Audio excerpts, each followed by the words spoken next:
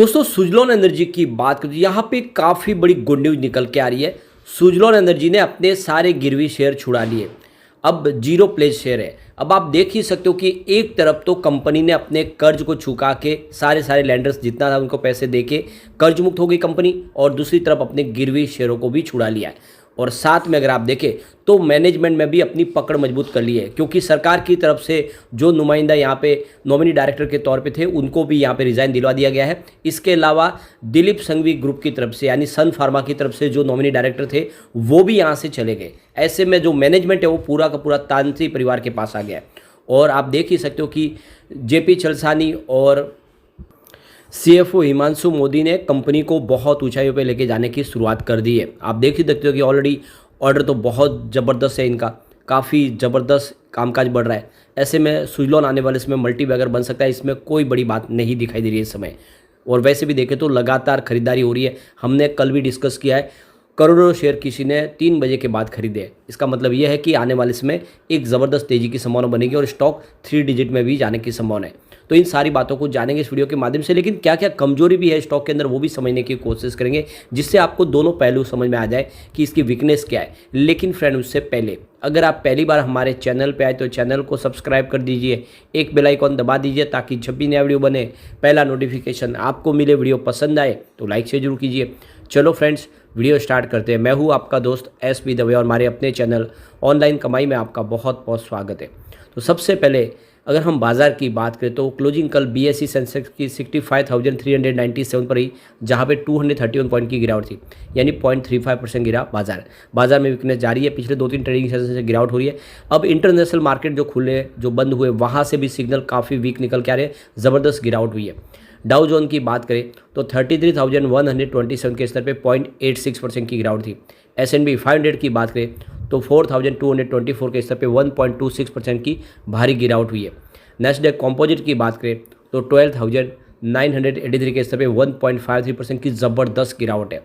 और रजल 2000 इंडेक्स की बात करें तो 1680 के स्तर पे 1.29% की बड़ी गिरावट हुई है। सभी इंडेक्स के अंदर बहुत भारी गिरावट है। और जिस तरह से इंटरनेशनल मार्केट में ये गिरावट हुई है, ये इशारा है कि मंडे को हमारे बाजार में भी बड़ी गिरावट के साथ में शुरुआत हो सकती है। अब ये कितनी गिरावट होती है ये समझना होगा, क्या बाजार फिर से रिकवर होगा, क्योंकि इंटरनेशनल मार्केट से सिग्नल बहुत ज़्यादा वीक निकल के आ रहे हैं। वैसे सुजलॉन ने कमाल किया फ्राइडे को भी, 33.15 पर स्टॉक आ गया 5% के अपर सर्किट के साथ। वैसे इंट्राडे में इसने 31 का लो भी बनाया। आप देख ही सकते हो कि जैसे ही कुछ बड़े फंड हाउस की करोड़ों शेयर की खरीदारी हुई, इसमें अपर सर्किट लगा। अब यहाँ पे अगर हम सुजलॉन एनर्जी की परफॉर्मेंस ही देखें तो पिछले 5 ट्रेडिंग सेशन में लगभग 20% का ज़बरदस्त रिटर्न दिया है। स्टॉक ने एक तरफा दौड़ रहा है। अब यहाँ पे जो लेटेस्ट अपडेट है आप देख सकते हो कि यहाँ पे सुजलॉन एनर्जी ने अपने जितने भी गिरवी शेयर थे वो सारे के सारे छुड़ा लिए।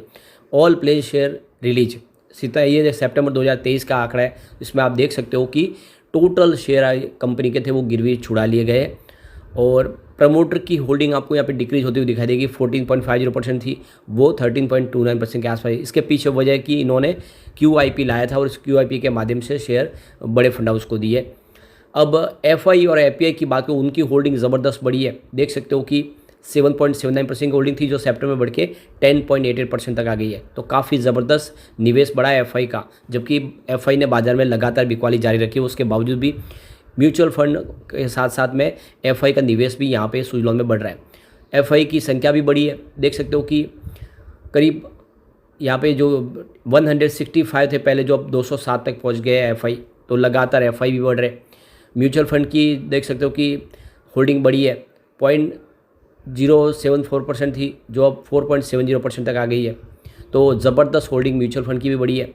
इसके अलावा म्यूचुअल फंड की संख्या में इजाफा हुआ है। पहले 11 थे जो बढ़ के अब 18 तक आ चुके हैं। इंस्टीट्यूशनल इन्वेस्टर की होल्डिंग भी यहाँ पे बढ़ी है। 13.72% होल्डिंग थी जो 20.71% तक आ गई है। तो सभी यहाँ पे निवेश कर रहे, जम के खरीदारी कर रहे, चाहे वो FI हो, म्यूचुअल फंड हो या फिर DI हो। और ये बहुत बड़ी इसके लिए खुशखबरी है।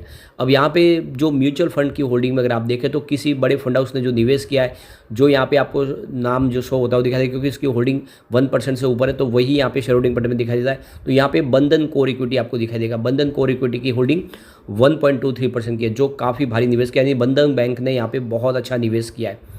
यहाँ पे वैनगार्ड इमर्जिंग मार्केट की भी 1.01% की होल्डिंग है। इसके अलावा Vanguard total international stock index fund ने भी 1.01% की होल्डिंग है। तो ये बाहर के जो बड़े ये फंड हाउस है, इन्होंने भी ज़बरदस्त करीब 2% के ऊपर की यहाँ पे देखें तो होल्डिंग ली हुई दिखाई देगी। अब यहाँ पे अगर आप देखें तो आपको फॉरेन इंस्टीट्यूशनल इन्वेस्टर की भी 0.90% की होल्डिंग दिखाई देगी। इसके अलावा यहाँ पे IDBI बैंक की होल्डिंग बढ़ी है, 1.34% की होल्डिंग IDBI बैंक की भी है और बैंक ऑफ बड़ौदा का भी 1.05% की होल्डिंग है। तो ये इस तरह से 3.42% की होल्डिंग आपको बैंक की दिखाई देगी। इसके अलावा यहाँ पे इंश्योरेंस कंपनी की होल्डिंग 1.19% की है। 3 अलग अलग इंश्योरेंस कंपनी ने यहाँ पे निवेश किया है, जिसमें जो सबसे बड़ा इन्वेस्टमेंट है वो है life insurance corporation of India यानी LIC का 1.03% की होल्डिंग है। तो आप देख लो कि LIC ने भी भारी निवेश किया हुआ है। अब यहाँ पे इसकी वीकनेस देख लेते हैं और इसके पॉजिटिव पॉइंट देख लेते हैं। तो जो पहला पॉइंट है वो निगेटिव और वो है एनुअल रेवेन्यू, जिसमें 9.29% की गिरावट हुई है, जो देख सकते लास्ट ईयर 5,990 करोड़ के आसपास रहा है। तो ये निगेटिव पॉइंट है। सेकंड इसका निगेटिव पॉइंट है क्वार्टरली रेवेन्यू में भी गिरावट हुई है 2.15% की। ईयर ऑन ईयर बेसिस पे देखें तो 1,361 करोड़ के आसपास रहा है। तो ये इसके लिए निगेटिव पॉइंट रहा है। तीसरा पॉइंट पॉजिटिव और वो है एनुअल नेट प्रॉफिट, जिसमें 1,527% की बम्पर जंप देखने को मिल रही है, जो 2,849 करोड़ के आसपास रहा है। तो ये इसके लिए एक पॉजिटिव पॉइंट है। अगला पॉइंट फिर से आपको निगेटिव होता हुआ दिखाई देगा और वो है क्वार्टरली नेट प्रॉफिट, जिसमें 95.85% की गिरावट हुई है ईयर ऑन ईयर बेसिस पे, जो 100 करोड़ के आसपास रहा है। अगला पॉइंट आपको फिर से पॉजिटिव दिखाई देगा और वो है स्टॉक की प्राइस, जिसमें 265% की बम्पर वृद्धि हुई है। अगर हम देखें सेक्टर के हिसाब से तो 200% की ही वृद्धि है। तो ये पॉजिटिव पॉइंट है। अगला पॉइंट आपको फिर से निगेटिव दिखाई देगा यहाँ पे और वो है प्राइस टू अर्निंग रेशियो, यानी पी रेशियो इसका 85.53 के आसपास है। जो इंडस्ट्रीज़ का पी रेशियो है वो 62.76 के आसपास है। ये इसके लिए एक निगेटिव पॉइंट है, क्योंकि इसका पी रेशियो दूसरे पेयर कंपनियों के मुकाबले, इंडस्ट्रीज़ के मुकाबले ज़्यादा है ये। अगला एक और पॉइंट निगेटिव और वो है डेट टू इक्विटी रेशियो, वो 1.73 है, जो हायर देन 1% है। तो ये भी इसके लिए एक निगेटिव पॉइंट दिखाई दे रहा है। अगला पॉइंट पॉजिटिव बन रहा है और फिर वो है ROE इसका, रिटर्न ऑन इक्विटी, जो 259% के आसपास रहा है। तो मोर देन 20% है। तो ये देख सकते हो कि इसके लिए एक पॉजिटिव पॉइंट निकल के आ रहा है। एक पॉइंट और पॉजिटिव और वो है म्यूचुअल फंड की होल्डिंग, जो ज़बरदस्त बढ़ी है। देख सकते हो कि 3.96% से बढ़ के 4% तक आई। अगला पॉइंट निगेटिव आपको दिखाई देगा फिर से और वो है प्रमोटर के शेयर होल्डिंग पैटर्न में आपको प्रमोटर की होल्डिंग कुछ कम होती हुई दिखाई देगी। तो 1.21% की होल्डिंग कम हुई है, जो 13.29% के आसपास है। तो ये एक तरह से इसको हम निगेटिव पॉइंट नहीं गिनते, क्योंकि इन्होंने QIP के माध्यम से अपने शेयर दिए। अगला पॉइंट फिर से आपको पॉजिटिव दिखाई देगा और वो है इंटरेस्ट कवरेज रेशियो, जो 2.02 के आसपास है, हायर देन 1.5 है। तो ये इसके लिए एक पॉजिटिव पॉइंट है। अंतिम पॉजिटिव पॉइंट और वो है प्रमोटर के जो गिरवी शेयर थे वो सारे छुड़ा लिए गए, 0 शेयर प्लेज है। तो अब कोई गिरवी शेयर नहीं है। तो टोटल यहाँ पे जो निगेटिव पॉइंट है वो 6 दिखाई देंगे और अगर हम पॉजिटिव पॉइंट की बात करें वो भी 6 आपको दिखाई देंगे। तो दोनों तरफ का पैमाना एक जैसा ही, आप जितने निगेटिव पॉइंट है उतने ही पॉजिटिव पॉइंट भी है, यानी इससे आप एक बैलेंस बना सकते हैं, आप अपने हिसाब से रणनीति तय कर सकते हैं। वैसे ब्रोकेज हाउस इस समय बुलिश है। देख लो कि चॉइस ब्रोकिंग के सुमित बागैया इस समय खरीदारी की सलाह दे रहे हैं और उनके हिसाब से जो चार्ट पैटर्न बन रहे हैं उस हिसाब से स्टॉक 40 तक जा सकता है, यानी इस तेज़ी के दौर में स्टॉक के 40 तक जाने की संभावना है। और इसका एक सपोर्ट 26 का है। इस सपोर्ट को आप स्टॉप लॉस समझ सकते हैं। इस स्टॉप लॉस के साथ अगर आप बने रहेंगे तो आपको 40 का टारगेट देखने को मिल सकता है। और देख सकते हो कि स्टॉक लगातार दौड़ा भी है। आने वाले समय में ये आपको एक नई हाई बनाता हुआ दिखाई दे सकता है।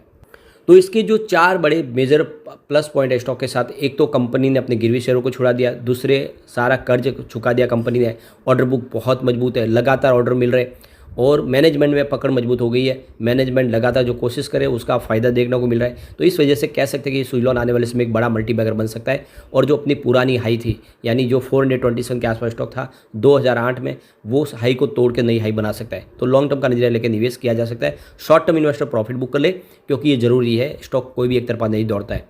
लेकिन फ्रेंड, कोई भी इन्वेस्टमेंट करने से पहले अपने फाइनेंशियल एडवाइजर से बारे ले ले या अपना खुद का रिसर्च करें, क्योंकि मैंने वीडियो आपके एजुकेशनल पर्पज़ के लिए ही बनाया। वीडियो पसंद आए तो लाइक शेयर कीजिए और चैनल को सब्सक्राइब कर दीजिए। Thank you friend.